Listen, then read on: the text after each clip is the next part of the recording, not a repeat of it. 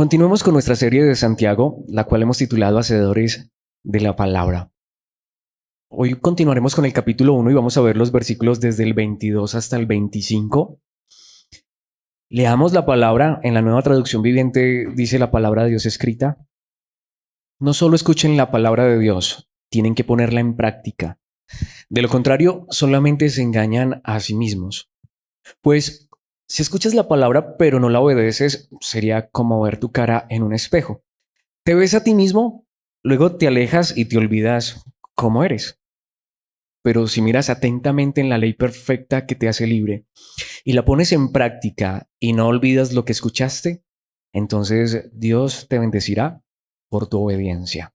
Esta es la palabra de Dios y estamos, para mí, en el pasaje más importante de Santiago, tanto que recordamos que de allí es donde viene el título de la serie, Hacedores de la Palabra. Aunque esta traducción dice ponerla en práctica, pero el idioma original habla de hacedores. Y no sé si recuerdan que en la introducción hablamos de esto porque les decía que creo que es el pasaje más importante, lo que acabo de repetir. Pero no sé si recuerdan que yo les decía que esa palabra hacedor es una palabra muy particular, muy especial, que nuevamente esta traducción dice poner en práctica. Obviamente es una muy buena traducción. Lo que pasa es que si se utilizara la palabra que usa el idioma original nos resultaría un tanto extraña, porque la palabra es hacer poesía o ser poeta. Por eso le he puesto como título a esta enseñanza poesía en la palabra. Claro, cuando se hace una traducción se quiere traducir el texto como es para que lo entendamos de la mejor manera, pero si el traductor empezara a hablar de lo que significa cada palabra, pues ya no tendríamos una traducción, tendríamos un comentario bíblico. A lo que me refiero es que, claro, si leyéramos literalmente, sed, digámoslo así en palabras Reina Valera, sed poetas de la palabra o sean poetas de la palabra, uno diría, ¿cómo así? Pero ahí es donde obviamente la palabra de Dios es tan profunda.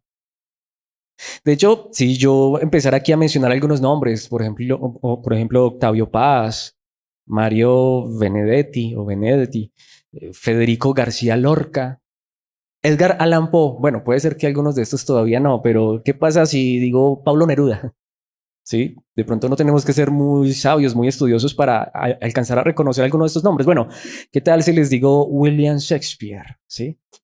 O Miguel de Cervantes Saavedra, los grandes poetas de la humanidad, de la historia, hombres que han dejado un legado impresionante. ¿Pero por qué? ¿Qué es lo que ha hecho a estas personas especiales? Que tomaron el lenguaje humano, la palabra, y la convirtieron en poesía, en grandes obras de arte literarias. ¿Quién no ha oído hablar del Don Quijote de la Mancha? ¿Quién no ha oído hablar de Romeo y Julieta? Bueno, no sé si Macbeth todos lo hayamos escuchado, pero es para mí personalmente una de las obras favoritas de Shakespeare. Mis hermanos, ¿cuál es el asunto? Estas personas tomaron el lenguaje, pero hicieron de él algo tan hermoso, tan grande, que eso fue lo que hizo que sus nombres pasaran a la historia.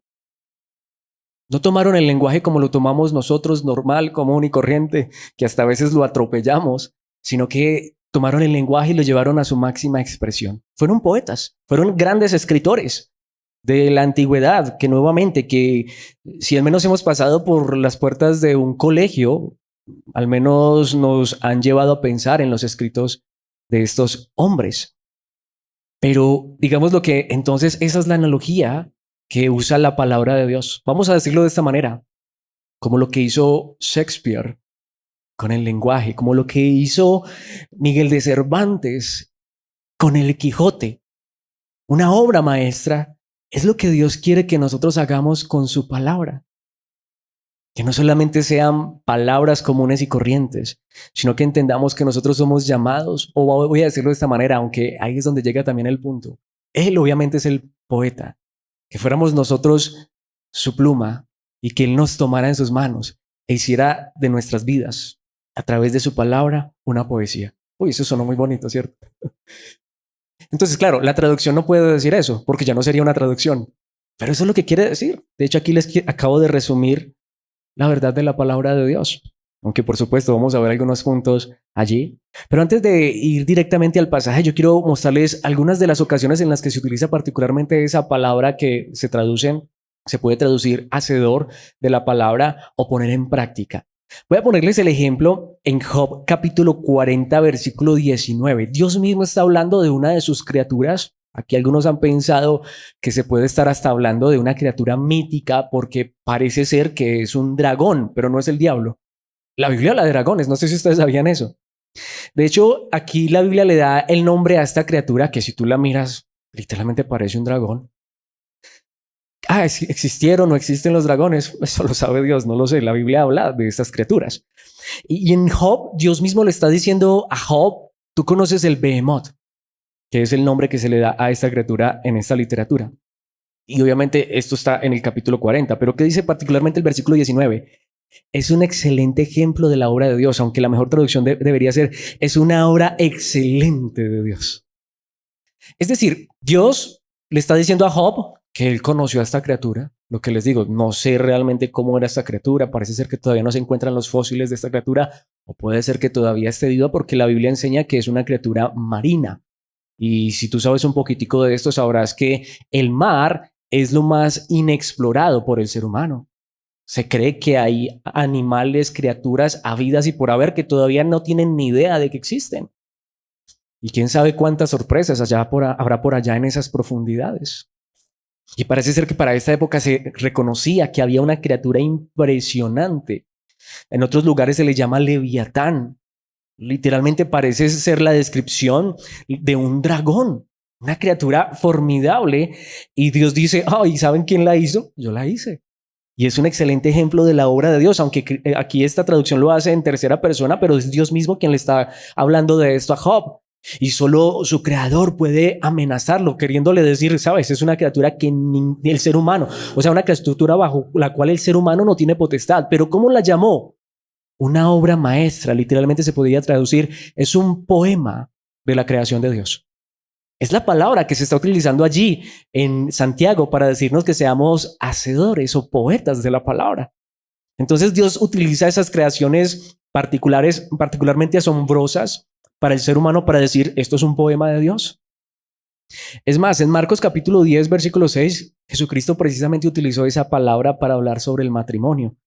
Pero desde el principio de la creación, y aunque esta traducción dice Dios los hizo hombre y mujer, saben que allí particularmente Jesucristo, cuando habla de la importancia del matrimonio, dice lo que está diciendo, y ahí es donde vamos, tendríamos que parafrasear la palabra en el idioma original, pero utiliza esa palabra que podría significar como esto. Cuando uno entiende que el matrimonio es un poema de Dios, se da cuenta de la importancia de esa obra. Y esa fue la palabra que Cristo utilizó. Hay diferentes palabras para crear, para traer a la existencia, para hacer. Pero cuando se utiliza esa palabra especial es para decir, pero esto es, digámoslo así, de la creación, esto es lo más especial. Literalmente, no solamente lo que les decía, ¿qué es lo que hace a estos escritores famosos? Porque no fue que escribieron un poema, es que sus poemas, sus escritos resaltan por encima de todos los demás. Y eso es lo que está diciendo Cristo Jesús. El matrimonio es una creación especial de Dios. Tanto que literalmente, si Dios nos presta vida como lo vamos a ver en la serie que empezamos los miércoles, literalmente desde el principio hay un capítulo entero dedicado a esa hermosa y maravillosa creación, como lo es el matrimonio. Y dándole ese énfasis al matrimonio, Cristo utilizó esa palabra. El matrimonio, podemos decir, es un poema de Dios en la vida de un hombre y una mujer que entienden la importancia de esto. Solo un pasaje más podría traer tantos, pero para mí el más hermoso de esto, tanto que notemos, es la misma palabra, pero aquí es donde vemos, si notamos que las traducciones utilizan diferentes palabras, aunque es la misma palabra en el idioma original, pero en Efesios 2:10 se recoge perfectamente la palabra como debería ser traducida, pues somos la obra maestra de Dios, o literalmente somos su poema. Él nos creó de nuevo en Cristo Jesús a fin de que hagamos las cosas buenas que preparó para nosotros tiempo atrás. Entonces, literalmente lo que nos está diciendo la palabra de Dios es, de todas las criaturas, parece ser que el Behemoth, podríamos hasta traducir el dragón, es un excelente ejemplo de la obra de Dios. No solamente el hombre es una creación hermosa de Dios, sino que cuando Dios une a un hombre y a una mujer en matrimonio, ese es un ejemplo excelente de la obra de Dios. Es un poema, pero aquí tenemos posiblemente la obra más grande. El poema de los poemas. En palabras de Salomón, este es el cantar de los cantares de Dios. No solamente el Behemoth es una obra maravillosa de Dios y el matrimonio, que ciertamente es un poema de Dios, pero aún todo esto apunta a la máxima creación de Dios, al máximo poema de Dios, a la obra magna de Dios, literalmente la obra cumbre de Dios, su poema más excelso, su lenguaje más maravilloso, hecho poesía, es la creación de nuevo en el ser humano a través de la obra de Cristo Jesús. Pero ahora que Dios ha hecho de nosotros su poema, su más grande poesía, su obra maestra, ahora que Él nos creó de nuevo en Cristo Jesús, aún este versículo nos apunta a lo que vamos a ver en Santiago, pero Él nos creó de nuevo y nos ha hecho su obra maestra, su poema, a fin de que ahora nosotros tomemos su palabra y la hagamos también poesía en nuestras vidas. ¿Sí notamos? Exactamente lo que nos está enseñando Santiago. No somos salvos por obras, no somos salvos por obedecer, pero Dios nos ha hecho su obra maestra y en esa obra maestra es como si Él nos tomara en sus manos como pluma y tinta y a través de nosotros empezara no solamente a llevarnos a la palabra para que la entendamos, sino a vivir en la palabra, haciendo de nuestras vidas su obra maestra, su poema, a fin de que hagamos las cosas buenas que preparó para nosotros tiempo atrás. Nadie es salvo por obras, pero cuando Dios lo salva, Él dice, tú vas a hacer mi poesía, te voy a tomar en mis manos y te voy a llevar. Y así podría decirlo, voy a hacer contigo, voy a escribir contigo una historia maravillosa, pero una historia ¿de qué? De obediencia. No es que, ay, como yo soy el poema y Dios está escribiendo un poema conmigo, entonces yo voy a ser rico, voy a ser próspero, voy a ser sano. No, mis hermanos. Su obra maestra llegará a la conclusión en la eternidad. Así que quiero que a través de la palabra veamos dos verdades que son muy importantes. Ya quiero que vayamos entonces directamente al pasaje. Espero que esta introducción haya quedado clara. Y lo primero que quiero que veamos es qué sucede entonces cuando vivimos rechazando la palabra. Vamos a ver esto en los versículos 22 al 24. Yo quisiera que pensáramos, ¿quiénes son las personas que más rechazan la palabra de Dios? Es una pregunta muy fuerte. ¿Quiénes son las personas que más rechazan la palabra de Dios? A lo mejor digamos los ateos. Aquellos a quienes yo les predico, a un padre de familia podría decir, mis hijos, que aunque los he querido instruir y les he querido enseñar la palabra, no le prestan atención, les molesta, les fastidia. Alguien podría decir, es mi cónyuge, que por más que he querido darle ejemplo y lo invito y no quiere. Mis hermanos, quieren que les diga una cosa, y nuevamente es fuerte, pero es verdad. Los cristianos somos los que más rechazamos la palabra. ¿Saben por qué? Porque el que no conoce a Cristo rechaza es el evangelio. Pero aquí ya estamos hablando, es de la palabra que nos llama a la obediencia. Y lo quiero decir de esta manera. ¿Qué acaso no somos nosotros los que hemos escuchado tanto, pero cuánto hemos puesto en práctica? Ahora, notemos lo que estoy diciendo y una vez más, para que no se confunda, porque a veces Santiago se ha utilizado mal. No estoy diciendo una vez más, por eso creo que la introducción fue clara. Es que ninguno es perfecto. Y es más bien para que reconozcamos cuánto hemos ignorado la palabra, cuánto hemos rechazado la palabra. Y esto es lo que vamos a ver en este primer punto. Esto no es solamente un pensamiento de Alex. Hago la pregunta, ¿quiénes son los que más han escuchado Biblia? ¿Si son realmente nuestros hijos o nosotros? Si son realmente nuestro cónyuge que a lo mejor no es cristiano o nosotros que sí somos cristianos. Es nuestro jefe que no es cristiano y a lo mejor será religioso e irá por allá una vez al año a misa. ¿Quiénes han estado más expuestos a la palabra? No somos nosotros. ¿Y cuánta de esa palabra hemos llevado a la práctica? Con esto no estoy diciendo que si no lo estamos haciendo no somos hijos de Dios, porque aquí es donde viene el punto. ¿A quién le escribió esto Santiago? ¿Recuerdan que Santiago está diciendo esto con amor? A los creyentes. Lo que la palabra de Dios nos lleva es a preguntarnos a nosotros. No miremos esos lugares donde hasta algunos de nosotros decimos es que allá se hace llamar iglesia ese lugar, pero ni siquiera predican la palabra. Dejémoslos a ellos, preguntémonos, y aquí es donde viene la parte más fuerte. De hecho, para mí, si nosotros creemos, y ojalá que no solamente sea que lo creamos, si nosotros realmente estamos predicando la palabra de Dios como es, ojalá así sea, Dios quiera que sí. La pregunta no está para los que están allá, la pregunta está para nosotros. ¿Cuánto de lo que hemos escuchado Voy a ponerlo de esa manera. ¿Cuántos de los que hemos estado en estas pocas enseñanzas de Santiago hemos puesto en práctica total y completamente estas palabras? Entonces al final sí notamos que somos nosotros los que terminamos más rechazando la palabra. Así que quien más rechaza la palabra de Dios es quien se convierte en oidor, pero no hacedor. Esta es la realidad. Cuando no obramos la palabra de Dios, nos estamos engañando a nosotros mismos y no estamos actuando de acuerdo a nuestra nueva naturaleza. Veamos esto en el versículo 22, versículos 22, 23 y 24. ¿Qué dice allí? No solo escuchen la palabra de Dios. Ahora, no está diciendo que no la escuchemos. Lo que está diciendo es, no es suficiente con escuchar. No es suficiente, no que no sea necesario. Hasta ahí es donde uno entiende, no solamente es necesario asistir. Y ahí no es porque si no asistimos estamos pecando. No solo escuchen la palabra de Dios. No es suficiente poner una enseñanza, y más hoy que tenemos los medios digitales y podemos ponerla en YouTube o podemos escucharla a través de un audio una y mil veces. Y eso es importante. Aquí el pasaje no está diciendo que no. Por allí empieza todo. Lo necesitamos, indudablemente. Necesitamos la palabra de Dios todos los días de nuestra vida, pero no solo escuchen la palabra de Dios. Y aquí está. Y no es una sugerencia, es un imperativo. Tienen que ponerla en práctica. Tienen que ser hacedores. Pero lo que les decía, es como, y vamos a pensarlo de esta manera nuevamente, y perdón por utilizar esta ilustración, pero creo que es precisa. Es como si uno le dijera a Cervantes o a Shakespeare, es que tú tienes que escribir bien. Al contrario, esos hombres amaban las letras. Esos hombres amaban la literatura. Y esa misma pasión por las letras, por el lenguaje, por la literatura, los llevó a ser grandes exponentes de su propio lenguaje. Si tú escucharas a un español, porque Cervantes es español, si no me falla la memoria, sí, cierto.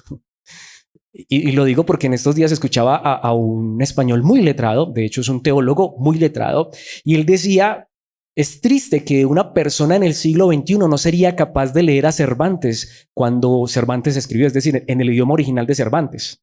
Sería imposible, no entenderíamos ni 5 renglones, porque el lenguaje es tan abundante, tan exquisito, tan prolífero, tan lleno de palabras hermosas y elocuentes que no lo entenderíamos. Nos lo tienen que bajar a nuestro lenguaje actual y coloquial, que es demasiado vulgar. ¿Sí me voy a entender? ¿Pero por qué? Porque esos hombres amaban el lenguaje y se esmeraban por escribir de la manera que el lector más experimentado se deleitara en esas palabras. Hagámonos la pregunta, ¿en eso se ha convertido para nosotros la palabra de Dios? ¿En el más grande manjar? ¿En lo más exquisito? Porque si eso no está en nuestros corazones, ¿cómo vamos a tomar la palabra de Dios en serio y luego hacer de ella una poesía, ponerla en práctica? Pero ¿saben qué es lo más fuerte? Santiago dice, si no es así, de lo contrario, solamente se engañan a sí mismos.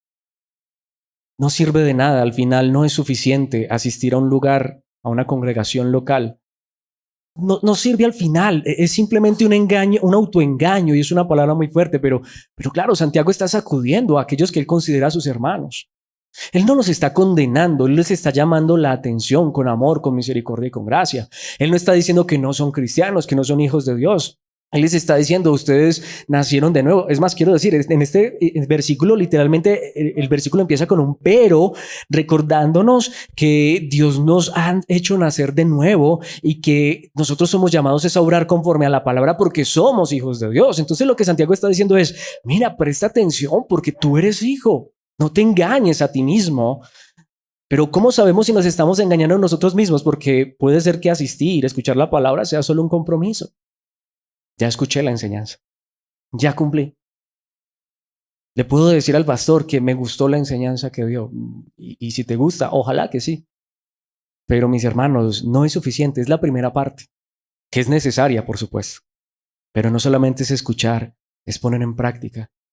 Es escuchar esa palabra. Imaginémonos eso. Imaginémonos un hombre de estos o una persona que ame mucho la poesía.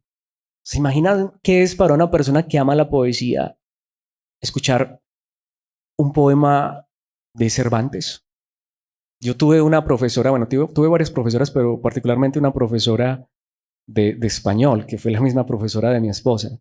Y una de las cosas que recuerdo de doña Gloria es que precisamente ella era amante de la literatura, tanto que yo en esa época pensaba que esa señora era muy exagerada, porque ella decía que aun cuando leía, ella sentía tanto lo que leía. Voy a ponerles un ejemplo. Ella nos contaba que cuando leyó El perfume, si no se lo han leído, está la película, pero les advierto, es muy fuerte, es muy visceral.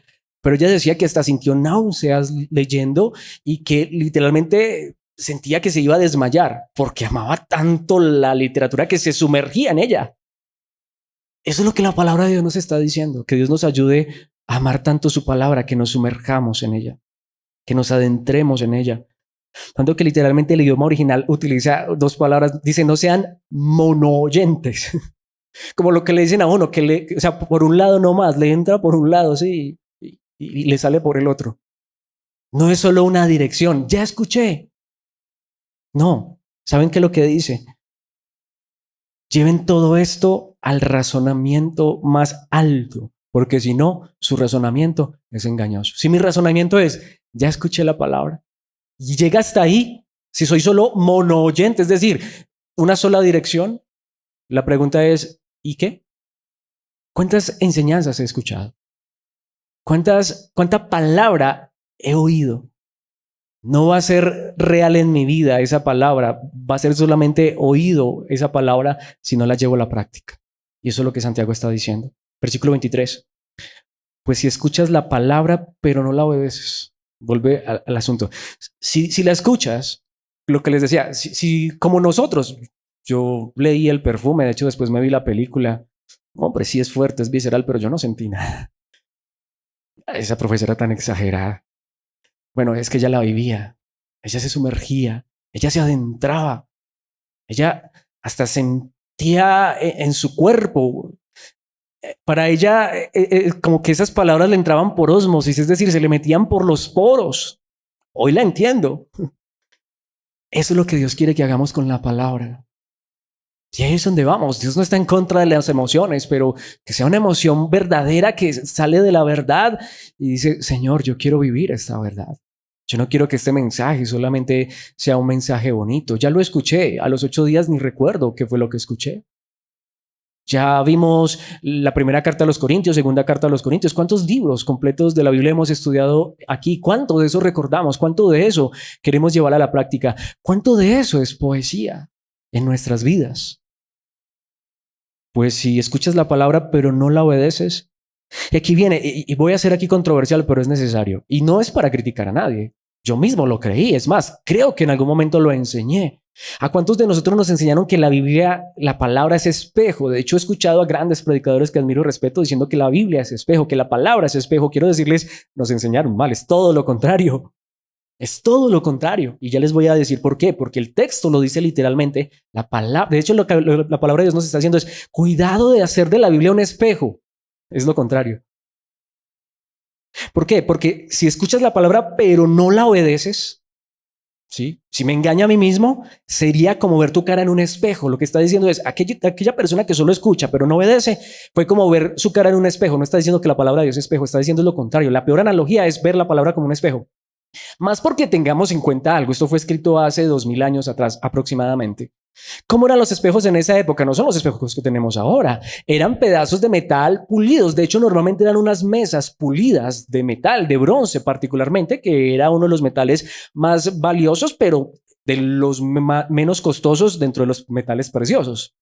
Y no toda persona tenía un espejo en casa, normalmente la tenían los adinerados y era una mesa. Y curiosamente, ¿qué pasaba? De pronto que tuvieras la oportunidad de entrar a una casa de una persona rica y claro, una de las cosas que tú querías ver era su espejo y literalmente te inclinabas para mirarte, pero eran metales pulidos. Por muy pulido que fuera el metal, aún la imagen era borrosa, se veía distorsionada, pero ¿cuánto podías permanecer allí?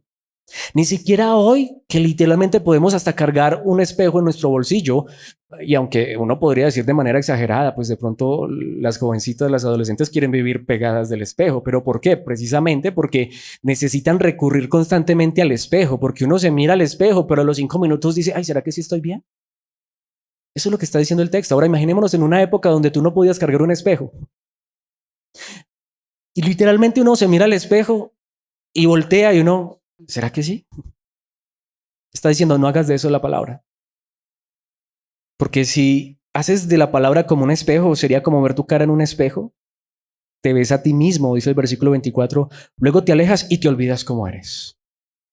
Y si eso es con los espejos que tenemos hoy, ¿se imaginan con los espejos de la antigüedad? Literalmente dice, ¿de qué te sirve que te inclines y observes? Si en el momento en que ya levantas la mirada, ya, ¿cómo eras? Y aparte de eso, nuevamente, si esa imagen en la antigüedad no era tan fiel como la de ahora, era un metal pulido muy bonito, pero no era tan preciso como los espejos de ahora. Entonces, ¿está diciendo aquí la Biblia que la palabra de Dios está diciendo aquí que la palabra es espejo? No, está diciendo lo contrario. Cuidado con hacer de la palabra un espejo, que eso es lo que pasa. Escuché la enseñanza, pero ahí quedó todo. Me miré en un espejo y volteé y ya, no, ya tengo que volver a mirarme en el espejo para saber cómo soy. Si notamos, literalmente el idioma original dice, ¿de qué sirve que te mires? Y es muy interesante, en un espejo. Este versículo es muy fuerte.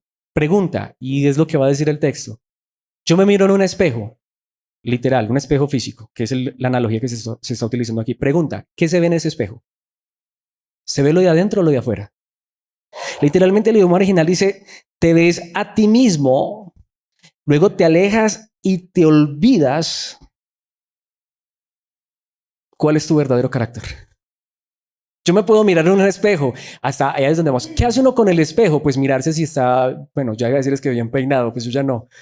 Pero bueno, si de pronto no tengo algo que sea incómodo en mi rostro. Bueno, claro que ya me tengo que peinar es la barba. Como dijo alguien, el pelo se me bajó para la cara. Pero eso es lo que hace uno. Imagínense, yo ni siquiera tengo pelo y me miro en el espejo. Imagínense, ahora ustedes, los que tienen bastante cabello, las hermanas, sí, que tienen un cabello abundante, pero solamente puedo ver la apariencia externa y solamente puedo arreglar lo externo. Al final, lo que veo no es más que lo que está enfrente y lo que puedo maquillar, lo que puedo transformar y cambiar, pero que al final no es permanente. Esa es la idea que se manifiesta aquí. Y al final, hasta me olvido cómo era. ¿Por qué? Porque solamente estoy tomando la palabra como un espejo al que recurro cuando por ahí de vez en cuando quiero mirar si tengo bien peinadas las cejas. ¿Sí me hago entender?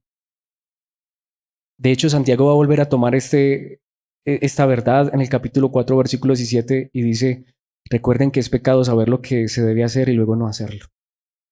Lo que necesitamos es que la palabra de Dios no sea espejo, sino literalmente que nos inclinemos a ella, pero literalmente el idioma original dice y que nos sumerjamos en ella, que nos metamos en ella. Aunque eso es lo que nos va a mostrar el siguiente punto, me estoy adelantando un poco. Recuerden que es pecado saber lo que se debe hacer y luego no hacerlo. No es simplemente escuchar, es escuchar para saber lo que está bien, lo que está mal y hacer lo que está bien y dejar de hacer lo que está mal. Si no, la palabra de Dios se convirtió en un espejo. Y aquí viene la pregunta, ¿para cuántos de nosotros quizá la palabra es un espejo? Solo vamos de vez en cuando. Mirar una promesa allí, o tengo un problema, entonces ahí sí tomo un versículo. O bueno, asistí a la enseñanza y escuché la enseñanza, qué bonita enseñanza, pero llegó solamente hasta el oído y nunca se llevó a la práctica. Yo sé que esto es fuerte, pero es necesario. Ezequiel capítulo 33, versículos 30 al 32. Hijo de hombre, los de tu pueblo hablan de ti en sus casas y murmuran acerca de ti junto a las puertas. Notemos lo que decía Israel en esta época. Se dicen unos a otros. Vayamos a oír lo que el profeta tiene para contarnos de parte del Señor. Sabían qué día era la enseñanza y querían ir a la enseñanza. De hecho, hasta se alistaban, se preparaban. Esto es muy fuerte, pero notemos lo que dice el versículo 31. Entonces ellos se acercan fingiendo sinceridad y se sientan delante de ti. Quieren escuchar al profeta. Es la mejor manera de mostrar que, hombre, miren, yo asisto, yo voy a la congregación y eso es importante, pero ¿qué dice? Escuchan tus palabras, pero no tienen ninguna intención de hacer lo que tú dices. Tienen la boca llena de palabras sensuales y en su corazón solo buscan dinero. Literalmente lo que dice es la palabra se convierte solo en un halago. Hombre, pueden hasta recitar los versículos, qué palabra tan bonita, qué mensaje tan maravilloso, y eso no está mal. Pero ¿de qué sirvió un halagar al predicador de la bonita palabra que enseñó Si al final, como dice, ¿y qué es lo que buscan? ¿Qué es lo que desean en sus corazones? Asistir, escuchar solo fue su compromiso. Y claro, al predicador, al profeta Ezequiel lo estaban engañando. Ay, hoy vinieron hartas personas, se llenó el lugar, qué bonito la congregación, pero ¿de qué sirve eso si al final esa palabra que se enseñó, que se escuchó, que se predicó, no llega hasta el corazón? Versículo 32. Les resulta muy entretenido, como alguien que les canta canciones de amor con una hermosa voz y les toca buena música con un instrumento. Wow, esa palabra, es que Ezequiel predica. A mí me gusta escuchar a Ezequiel porque predica excelente. Esa enseñanza es hermosa. Es que es más, eso es como música, como canción a nuestros oídos. Oyen lo que dices, pero se niegan a hacerlo. Es como si Dios estuviera aterrizando a Ezequiel. Ezequiel, ten cuidado, ten cuidado. No creas que porque el lugar se llena, no creas que porque hay muchas personas que hasta te dicen que bien enseñas, que bien predicas. Ten cuidado, no te dejes llevar por eso. Al final lo importante es la práctica. Lo importante es la práctica. Mis hermanos, nuevamente sé que es fuerte, pero esa es la realidad. Jesucristo mismo lo dijo en Mateo capítulo 7, versículos 26 y 27.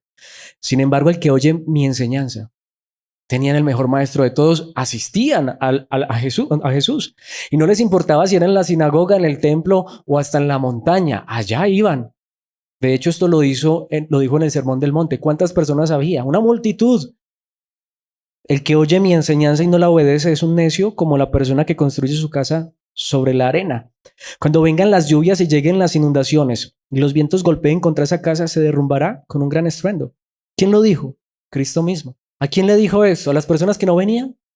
¿A las personas que no asistían? A los que iban a su enseñanza, a los que asistían, pero solo lo escuchaban y luego se iban. Él mismo lo dijo en Mateo capítulo 13, versículos 19 al 23, y tengamos cuidado con esto. A mí me enseñaron que estos eran los que estaban en el mundo, ¿no? Son personas que escuchan la palabra. Las semillas que cayeron en el camino representan a los que oyen el mensaje del reino. Lo oyen. ¿Y qué? Y no lo entienden. Monooidores. Entonces viene el maligno, ahí está, el diablo, y arrebata la semilla que fue sembrada en el corazón. Si notamos qué es lo que pasa, asistimos, bueno, me voy a incluir, es más, puede ser que prediquemos, pero si esto no lo llevamos a la práctica, versículo 20, las semillas sobre la tierra rocosa representan a los que oyen el mensaje. Si notamos que cada una de estas personas oye y de inmediato lo reciben que con alegría.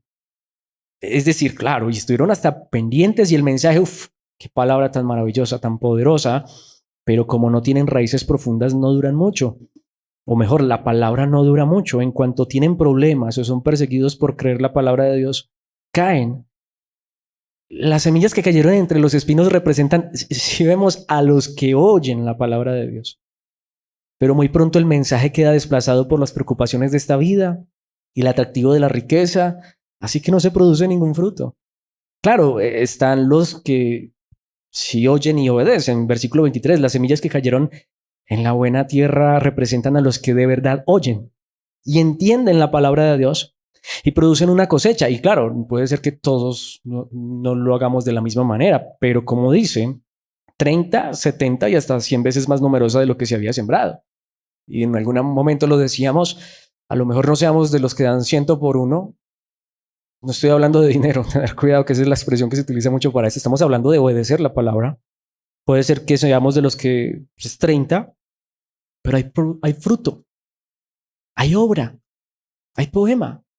A lo mejor no seamos un Cervantes, a lo mejor no seamos un Shakespeare, pero que nos alcance siquiera un Rafael Pombo. ¿Sí? Que Dios nos ayude a que tomemos la palabra y la llevemos por obra. Efesios capítulo 4, versículos 22 al 24. Desháganse de su vieja naturaleza pecaminosa o del viejo hombre y de su antigua manera de vivir, que está corrompida por la sensualidad y el engaño. Y notemos, son palabras muy similares a las que usó Jesús, a las que usó Dios por medio del profeta Ezequiel, a las que nos está diciendo Santiago. Nos engañamos a nosotros mismos porque escuchamos la palabra, pero no pasa nada. En cambio, dejen que el Espíritu les renueve los pensamientos y las actitudes. Pero quise traer este pasaje porque precisamente este pasaje nos utiliza también esa palabra que es hacer de la palabra de Dios un poema. Dejen que el Espíritu les renueve los pensamientos y las obras o las actitudes para que esas actitudes, ese quehacer, sea conforme a la palabra y termine siendo un poema para Dios. Versículo 24, pónganse la nueva naturaleza creada o hecha de nuevo. Ese poema que Dios está haciendo en nosotros para ser a la semejanza de Dios, quien es verdaderamente justo y santo. Aunque me gusta mucho como lo dice otra traducción, ustedes deben cambiar completamente su manera de pensar y ser honestos y santos de verdad, como corresponde a personas que Dios ha vuelto a crear, como corresponde a personas de quienes Dios ha hecho su poema para ser como Él. Así que esto nos lleva a nuestro segundo punto. Espero que el primero haya quedado claro. Al final, ¿quién rechaza más la palabra? Nosotros cuando solo oímos, pero no llevamos a la práctica. Pero ¿cuál es la implicación más grande de este pasaje? Nuestro segundo punto es ¿qué pasa cuando vivimos obedeciendo la palabra? Porque aquí viene la buena noticia. Dios nos salvó y el mismo Dios que nos salvó tiene el poder para obrar, seguir obrando en nuestras vidas. Vamos a decirlo de esta manera, es como si tú y yo fuéramos un libro. Un libro que Dios ha hecho de nuevo. Un libro que antes de conocer a Cristo había sido escrito con maldad, con pecado, con tinieblas. Había sido escrito por el maligno. Una historia depravada, perdida. Eso éramos nosotros. Ahora Dios ha hecho de nosotros un nuevo libro. Y Él es un poeta. Él está escribiendo nuestra historia en ese nuevo libro, pero lo está haciendo tomando su palabra y nos ha creado de nuevo. Él ha empezado a escribir ese libro y Él ha prometido que Él empezó esa buena obra y Él la va a concluir. Y esa debe ser nuestra confianza. No somos producto terminado. No lo somos. No sé, no investigué esto porque no sé si de hecho habrá registro. Yo no sé cuánto se demoró Cervantes para escribir El Quijote. No lo sé. Fue un proceso. Eso mismo enseña la palabra de Dios. Quizá nos miramos a nosotros mismos y decimos, esto no alcanza ni para el cuento de Caperucita. A lo mejor no somos un libro con historias muy interesantes. A lo mejor nos parecemos más a Macbeth de Shakespeare, esa persona que tiene sus manos manchadas de sangre, pero recordemos que hay uno que nos ha limpiado, nos ha perfeccionado. Y aún esos reveses en esta historia tienen un propósito en Dios, no justificando ninguna maldad, pero sabiendo que el propósito final de Dios es presentarnos como su obra maestra en la gloria eterna. Es decir, hay esperanza. Si hoy estamos reflexionando, si en este momento a través de esta palabra estamos diciendo, de verdad, quizá yo solo he sido monoyente, solo he escuchado la palabra y me he quedado solo con escuchar un mensaje y decir qué palabra tan bonita, pero hasta allí ha llegado. Si de verdad yo tristemente he hecho de la Biblia como un espejo, que lo miro y después volteo y ya ni me acuerdo cómo soy, a lo mejor voy a la palabra por ahí intermitentemente, como lo hacemos con el espejo. ¿Cuánto hace que no nos miramos a un espejo? A lo mejor hace un par de minutos o a lo mejor un par de horas, pero el asunto es que la palabra no es solamente para mirarla de vez en cuando. ¿Qué dice la palabra de Dios? Vamos a ver 4 verdades allí en ese pasaje, literalmente, versículo 25. Pero si miras atentamente. El idioma original da la idea de ¿qué hacías tú si estuvieras en la antigüedad y estuvieras frente a un espejo? Te inclinabas. Pero lo que dice aquí el idioma original es si literalmente te sumerges en la palabra. Pero si miras atentamente en la ley perfecta, y allí tenemos una de las primeras verdades. Aunque habla de la ley perfecta, no está hablando aquí de la ley del Antiguo Testamento, de la ley de Moisés, porque el idioma original da la idea, si miras en la palabra que te hace perfecto, ahí es donde vamos. Es entender que este libro no es cualquier libro. Y aquí es donde quiero decirlo, a lo mejor hasta haya personas aquí que no saben leer ni escribir y a lo mejor cuando hablamos de Shakespeare o de Cervantes no tengan ni la más mínima idea de qué se está hablando. Pero mis hermanos, no, de hecho aquí es donde debemos entender, esto no es tampoco para convertirnos en escritores.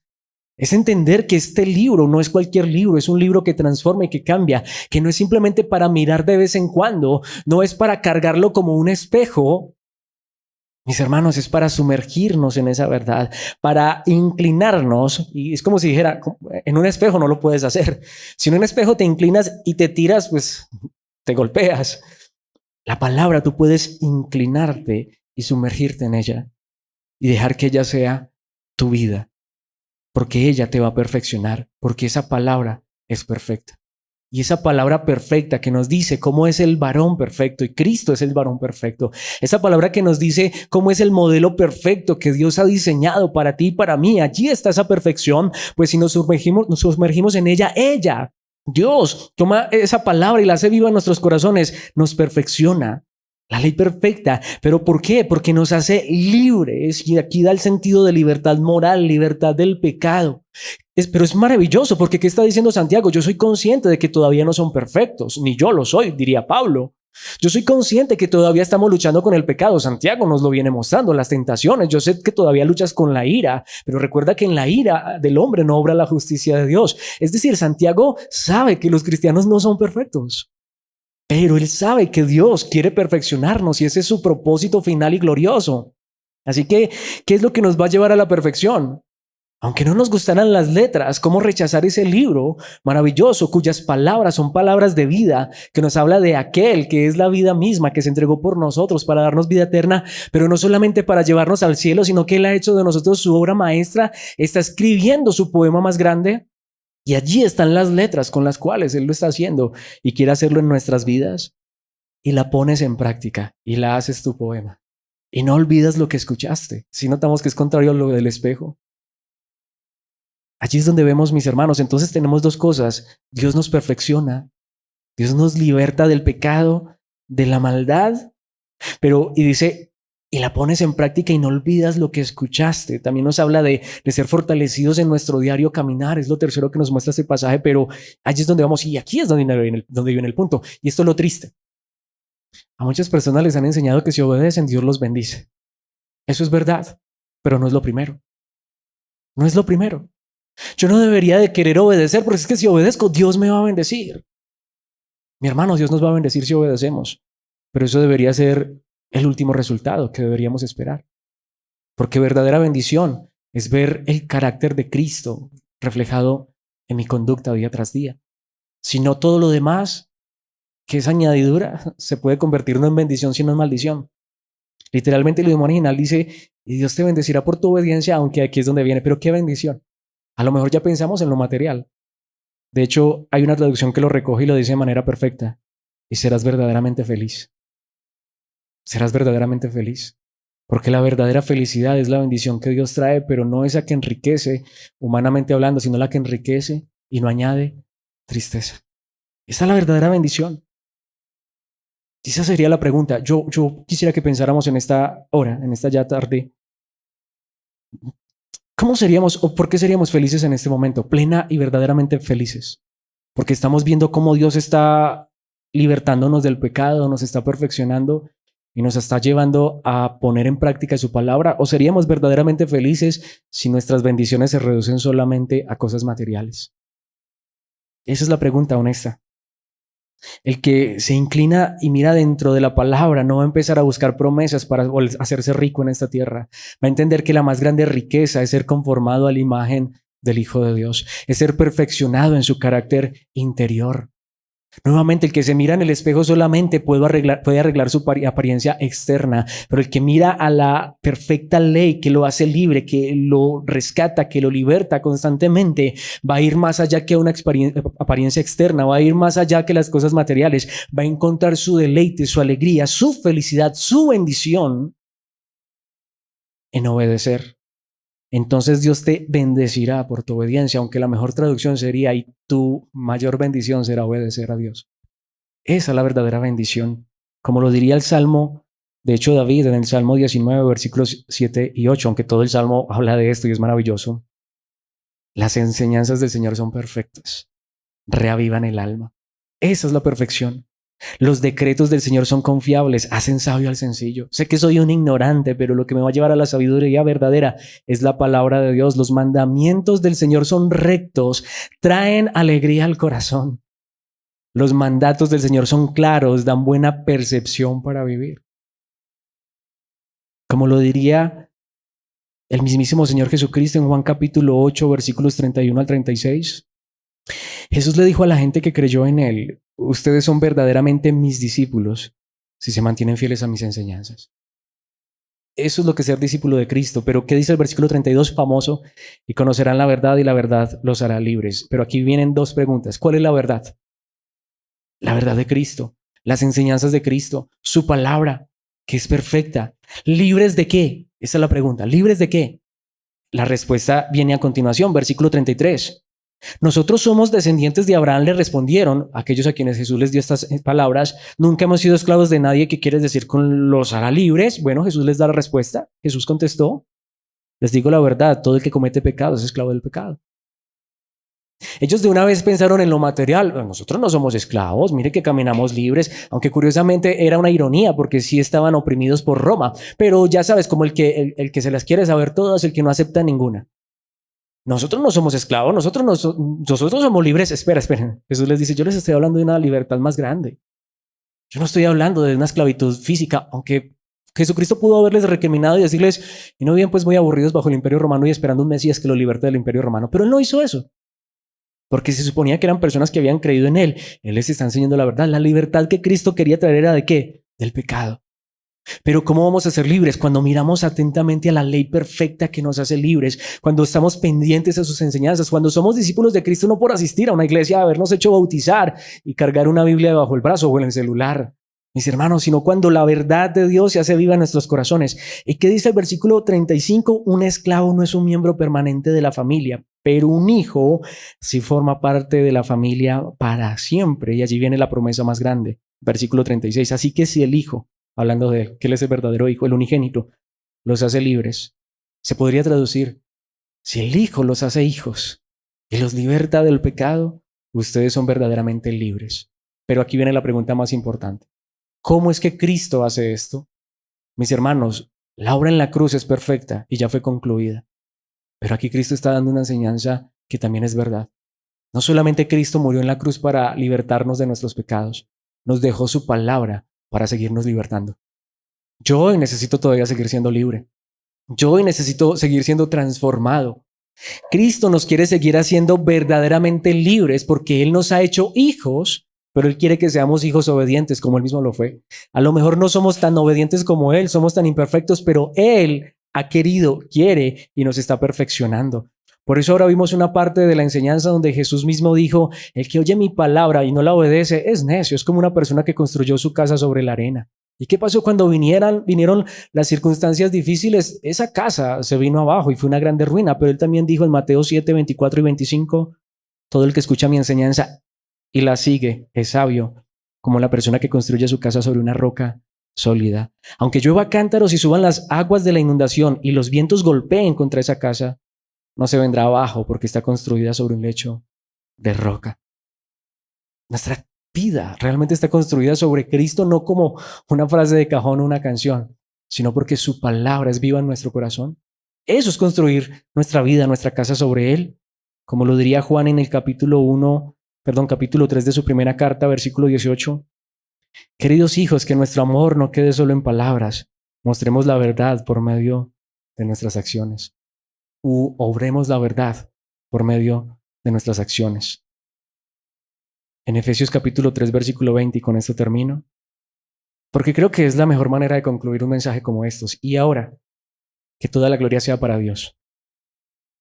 Y aquí está, y se utiliza la palabra que se puede traducir como poema, quien puede lograr mucho más de lo que pudiéramos pedir o incluso imaginar, mediante su gran poder. Dios está utilizando su gran poder para hacer mucho más de lo que siquiera pudiéramos pedir o imaginar. Porque tristemente a veces esta clase de versículos se utilizan para, ¿qué quieres pedir en esta hora? Bueno, ¿qué queremos pedir? ¿Una casa? ¿Un carro? ¿Cosas materiales? Creo que ya está demasiado claro. Esto no se trata de cosas de esta vida. Literalmente el idioma original habla de esa poesía que Dios está escribiendo en nuestras vidas, tomando su palabra y haciéndola viva en nuestras vidas. Dios es capaz de hacer mucho más que lo que nosotros siquiera pudiéramos pedir o incluso imaginar. Dios sabe que hay muchas áreas en mi vida que todavía necesitan ser transformadas, cambiadas, perfeccionadas. Y a lo mejor yo le estoy pidiendo por cosas que nada que ver. O a lo mejor yo estoy pensando que mi problema más grande es que mi lucha más grande es por este lado. Y Dios dice, yo te conozco y sé no solamente quién eres, sino que yo te he hecho de nuevo y te estoy perfeccionando. Yo sé lo que necesitas en tu vida. Y sabes, podemos pedir y debemos pedir, está bien, pero Él sabe que es lo mejor para nosotros. Por eso Él puede hacer algo mucho más grande, porque Él sabe lo que realmente está haciendo con nosotros. Él conoce esta obra y puede ser que tú miras a Alex y dices, qué obra maestra, ni que nada. Como puede ser que alguien mire un cuadro que apenas está empezando a pintarse y decir, ¿qué es eso? O alguien ver, como sucedió en la antigüedad, solo un pedazo de piedra, pero el escultor ya visualizaba la obra maestra. Antes de que saliera el David, Miguel Ángel fue el que hizo el David, sí. Miguel Ángel ya sabía cómo se veía el David. Ya lo tenía en la mente y en el corazón. Y si tú y yo hubiésemos visto eso, era solo un pedazo de mármol, una piedra maltrecha. Y a lo mejor si hubiésemos empezado a ver sus primeros cincelazos, diríamos, pero ¿qué está haciendo este hombre? A lo mejor cuando de pronto por ahí ya estaba apareciendo un pedacito, pues esto como que ya está adquiriendo forma. El artista, el poeta, sabe lo que está escribiendo. Cervantes seguramente ya tenía la idea de cómo terminaría el Quijote. Dios ya sabe cómo terminamos nosotros y en Él, quien es el verdadero poeta, Dios puede hacer de nosotros poesía, pero es poesía en la palabra. Por eso Él dice, yo puedo hacer mucho más de lo que puedas pedir o incluso imaginar mediante mi gran poder que actúa en ti. Pregunta, ¿queremos ser esa poesía? ¿Queremos ser hacedores de la palabra? Eso es poesía para Dios. De manera simple, para un amante de la palabra, poesía es ver a Dios obrar la palabra en su vida. Que Dios nos lleve a ser amantes de su palabra. Que Dios nos lleve hoy a decir, Señor, no como dijo alguien, yo quiero ser un poeta. No, sé tú mi poeta. Sé tu poeta en mi vida. Toma tu palabra y hazla viva en mi corazón. Hazla real. Que no seamos oidores olvidadizos. Pidamos de esto a nuestro Dios, no solamente hoy, sino cada día de nuestras vidas. Padre nuestro que estás en los cielos, no solamente gracias por este mensaje que es tu palabra, sino gracias por todas esas veces que tú has dado pinceladas en nuestras vidas, que has estado escribiendo en nuestros corazones. Ayúdanos a que todas esas enseñanzas que nos has dado, incluida obviamente la de hoy, y las que pudiéramos recibir, no sean solamente palabras que llegan a nuestros oídos, sino que sean vivas en nuestros corazones. A lo mejor muchos de nosotros hemos visto tu palabra solo como un espejo. Vamos eventualmente a ella. Nos miramos de vez en cuando a ver si quizá encontramos algo malo, pero realmente necesitamos eso, sumergirnos en esa palabra, en esa verdad, que es tu palabra y es tu verdad que trae vida a nuestros corazones, que trae libertad, que perfecciona. Perdónanos si para nosotros ha sido más importante cualquier otra cosa que tu palabra, porque aquí la pregunta que podemos y debemos hacernos cada uno de nosotros es cuánto de esa palabra está en nuestros corazones. A lo mejor seamos de aquellos que de pronto nuestra memoria no nos da para retener tantos versículos y aprendérnoslos de memoria, pero sabemos que no solamente es la palabra escrita, sino es esa palabra que se hace viva en nuestros corazones, que se refleja en nuestras acciones. No somos producto terminado, a lo mejor solo somos todavía un pedazo de mármol, pero tú eres el que estás cincelando nuestra vida. Como dice, y allí sí es correcto, tu palabra es martillo que quebranta la piedra. Por favor, moldéanos. Como dice tu palabra, sé tú el alfarero y nosotros barro. Si nos tienes que hacer de nuevo, haznos de nuevo, pero conforme a tu palabra, conforme a tu verdad. Ayúdanos a entender que esto es lo que más necesitamos en nuestras vidas. Nuevamente, que no sea tu palabra espejo, sino que sea tu palabra viva en nuestros corazones. Que podamos encontrar y experimentar cada día esa libertad que ha traído tu Hijo a nuestras vidas, sabiendo que somos verdaderos hijos, pero que ahora estamos en casa y permanecemos, pero que tú estás obrando en nosotros y has prometido perfeccionarnos. Ayúdanos a amar esta verdad, a deleitarnos en esta verdad. Que el deseo de asistir, de escuchar tu palabra no sea simplemente un compromiso, sino que sea realmente un deseo genuino de escuchar, pero de llevar esa palabra a la práctica. Y por supuesto, como nos llevaste a través de esta palabra y hasta el final, a saber que solo tú lo puedes hacer. Nosotros no somos los poetas, tú eres el poeta.